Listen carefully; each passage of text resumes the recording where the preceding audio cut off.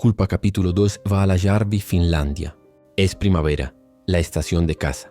A medida que sube la temperatura y los cuerpos de los zombies congelados comienzan a reanimarse, los miembros de la FN, Fuerzas del Norte, de la ONU, llegan para su barrido y limpieza anual. El número de muertos vivientes es menor cada año. Según las estimaciones actuales, se espera que el área sea completamente segura en una década. Travis D'Ambrosia, comandante supremo de la Alianza Europea, está aquí en persona para supervisar las operaciones. Hay cierta suavidad en la voz del general, cierta tristeza. A lo largo de toda la entrevista, lucha para mantener contacto visual conmigo. No voy a negar que se cometieron muchos errores. No voy a negar que debimos haber estado mejor preparados. Yo soy el primero en admitir que decepcionamos al pueblo norteamericano. Solo quiero que la gente sepa por qué. ¿Y qué tal si los israelíes tienen razón? Esas fueron las primeras palabras en la boca del director a la mañana siguiente de la declaración de Israel ante la ONU. No estoy diciendo que la tengan. Se apresuró a aclarar. Solo digo, ¿qué tal si así es? Quería opiniones sinceras, no ensayadas. Así era el director de la Junta de Mando.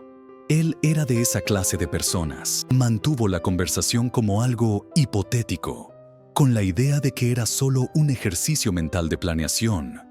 Después de todo, si el resto del mundo no estaba listo para creer en algo tan monumentalmente absurdo, ¿por qué íbamos a estarlo los hombres y las mujeres de aquel salón? Le seguimos el juego tanto como pudimos, hablando entre risas o finalizando siempre con alguna broma. No estoy seguro de cuándo ocurrió el cambio.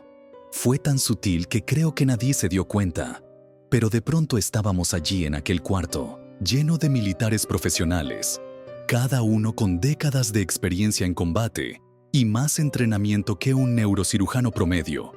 Y todos estábamos hablando honesta y abiertamente sobre la amenaza de unos cadáveres que caminan. Fue como una represa que se rompe. El tabú se desmoronó y la verdad comenzó a salir. Fue liberador. ¿Así que usted también tenía sus sospechas? Por varios meses después de la declaración israelí, y el director también, todos en aquel salón habían escuchado o sospechaban algo. ¿Alguno había leído el informe Warmbrun Knight? No, ninguno. Yo había escuchado el nombre, pero no tenía ni idea sobre su contenido.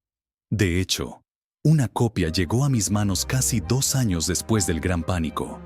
La mayoría de las medidas militares del informe eran, palabra por palabra, iguales a las nuestras. ¿Las suyas? Hablo de nuestra propuesta a la Casa Blanca. Diseñamos un programa completo, no solo para erradicar la amenaza del territorio estadounidense, sino para hacerla retroceder y controlarla en todo el mundo. ¿Y qué pasó? A la Casa Blanca le encantó la fase 1.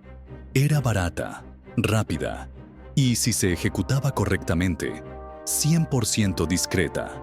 La fase 1 consistía en el despliegue de unidades de fuerzas especiales en las áreas infestadas. Sus órdenes eran investigar, aislar y eliminar. ¿Eliminar? Hasta el último de ellos. ¿Esos eran los equipos Alfa? Sí, señor. Y fueron extremadamente exitosos. Aunque sus registros de combate seguirán siendo información clasificada por los próximos 140 años, puedo decirle que ese fue uno de los momentos más sobresalientes en la historia del ejército de élite de Norteamérica. Entonces, ¿qué salió mal? Nada. No en la fase 1.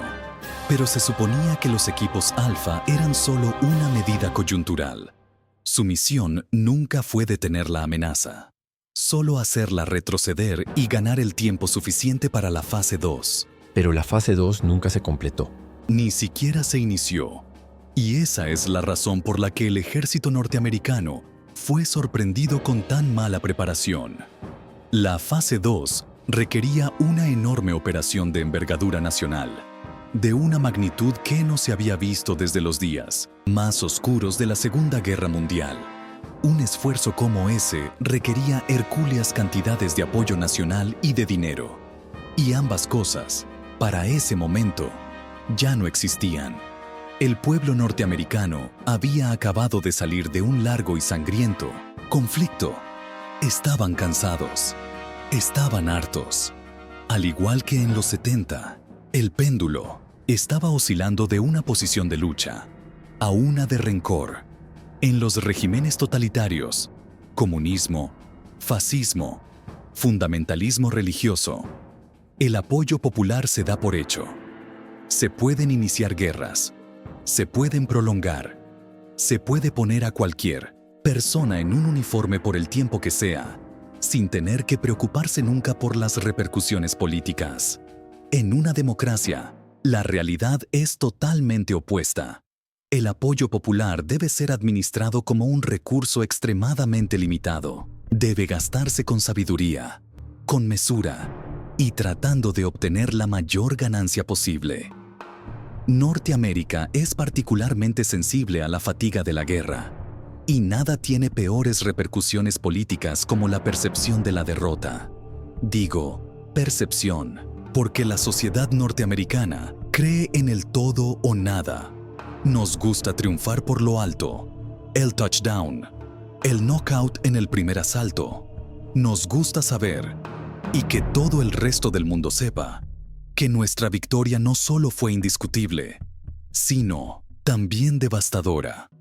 Si no, bueno, mire cómo estábamos antes del pánico. No perdimos la última guerra en Medio Oriente. Todo lo contrario. En realidad cumplimos una tarea muy difícil, con muy pocos recursos y en condiciones extremadamente desfavorables. Ganamos, pero el público no lo vio así, porque no fue el bombazo que nuestro espíritu nacional estaba buscando. Había pasado mucho tiempo, se había gastado mucho dinero y muchas vidas se habían perdido o habían quedado destrozadas para siempre. No solamente habíamos derrochado todo nuestro apoyo popular, sino que estábamos en números rojos. Piense solamente en el valor en dólares de la fase 2. ¿Sabe cuál es el precio de poner a un ciudadano norteamericano en uniforme? Y no estoy hablando solo del tiempo que pasa activamente con ese uniforme. El entrenamiento, el equipo, la comida, el alojamiento, el transporte y la atención médica. Estoy hablando del valor a largo plazo que el país, el contribuyente norteamericano, tiene que seguir pagando por esa persona durante el tiempo que le quede de vida. Es una aplastante carga financiera, y en esos días apenas si contábamos con suficiente dinero para mantener los soldados que teníamos, aun si las arcas no hubiesen estado vacías, aun si hubiésemos tenido todo el dinero necesario para fabricar los uniformes y el equipo necesario para implementar la fase 2, ¿a quién habríamos podido conseguir para llenarlos? Todo eso está relacionado con la fatiga de guerra de los norteamericanos, como si los horrores tradicionales no fuesen suficientes. Los muertos, los desfigurados, los traumatizados de por vida. Teníamos que enfrentarnos con toda una nueva gama de dificultades. Los traicionados. Éramos un ejército de voluntarios. Y mire lo que les pasó a nuestros voluntarios. ¿Cuántas historias ha escuchado sobre un soldado al que le extendieron el tiempo de servicio? O un reservista que, después de 10 años de vida civil, de pronto se vio llamado otra vez al servicio activo. ¿Cuántos soldados perdieron sus trabajos o sus casas? ¿Cuántos regresaron para encontrar sus vidas arruinadas?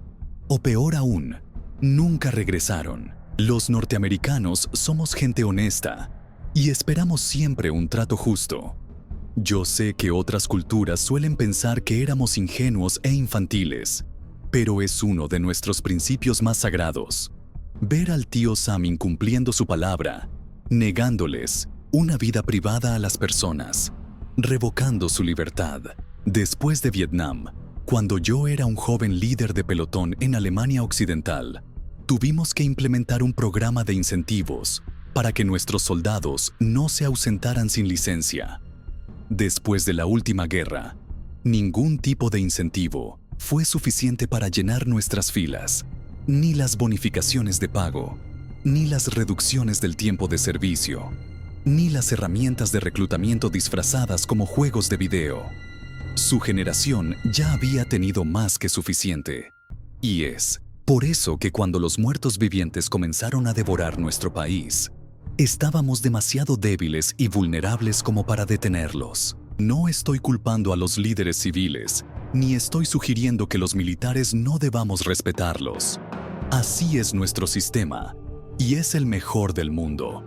Pero hay que protegerlo, defenderlo, y nunca jamás volver a abusar de él de esa manera.